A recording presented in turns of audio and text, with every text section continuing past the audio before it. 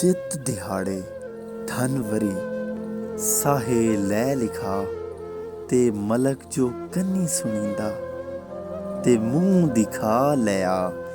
ਤੇ ਜਿਹੜੇ ਦਿਹਾੜੇ ਔਰਤ ਦੇ ਵਿਆਹ ਦੀ ਤਾਰੀਖ ਰੱਖੀ ਗਈ ਹੋਵੇ, ਮਿੱਥੀ ਗਈ ਹੋਵੇ, ਉਸ ਤਾਰੀਖ ਤੇ ਉਹਦਾ ਲਾੜਾ, ਉਹਦਾ ਵਰ, ਉਹਦਾ ਦੁੱਲਾ, ਉਹਦਾ ਖਾਵੰਦ ਉਸ ਨੂੰ ਆ ਕੇ ਪਰਨਾ ਕੇ ਲੈ ਜਾਂਦਾ ਹੈ। ਇਸੇ ਤਰ੍ਹਾਂ ਇਨਸਾਨ ਜਦੋਂ ਇਸ ਦੁਨੀਆ 'ਤੇ ਆਇਆ ਹੈ, ਜਦੋਂ ਇਸ ਦੁਨੀਆ ਤੋਂ ਉਸ ਜਾਣਾ ਹੈ, ਇਹ ਉਹਦੇ ਦਿਨ ਜਿਹੜੇ ਨੇ, ਇਹ ਜ਼ਿੰਦਗੀ ਦੇ, ਇਹ ਪਹਿਲੇ ਦਿਨ ਤੋਂ ਲਿਖੇ ਜਾ ਚੁੱਕੇ ਨੇ।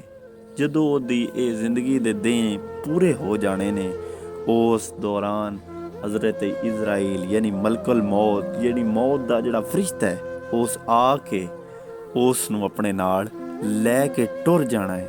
ਜਦੋਂ ਇਨਸਾਨ ਦੀ ਜ਼ਿੰਦਗੀ ਆਰਜ਼ੀ ਹੈ, ਜਦੋਂ ਇਨਸਾਨ ਦੀ ਜ਼ਿੰਦਗੀ ਫਾਨੀ ਹੈ, ਤਬਾਹ ਹੋ ਜਾਣ ਵਾਲੀ ਹੈ, ਮਿਟ ਜਾਣ ਵਾਲੀ ਹੈ, ਖ਼ਤਮ ਹੋ ਜਾਣ ਵਾਲੀ ਹੈ, ਅਤੇ ਫਿਰ ਇਨਸਾਨ ਇਤਨੇ ਗਰੂਰ, ਤਕੱਬਰ ਅਤੇ ਵਡਿਆਈ ਵਿੱਚ ਕਾਹਦਾ ਲੱਗਾ ਫਿਰਦਾ ਹੈ।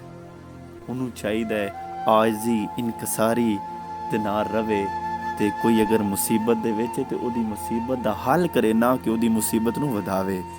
ਅਤੇ ਕਿਸੇ 'ਤੇ ਜ਼ੁਲਮੋ ਸਿਤਮ ਨਹੀਂ ਕਰਨਾ ਚਾਹੀਦਾ, ਉਹਦੇ ਸੁੱਖ ਦੁੱਖ ਵਿੱਚ ਸ਼ਰੀਕ ਹੋਣਾ ਚਾਹੀਦਾ।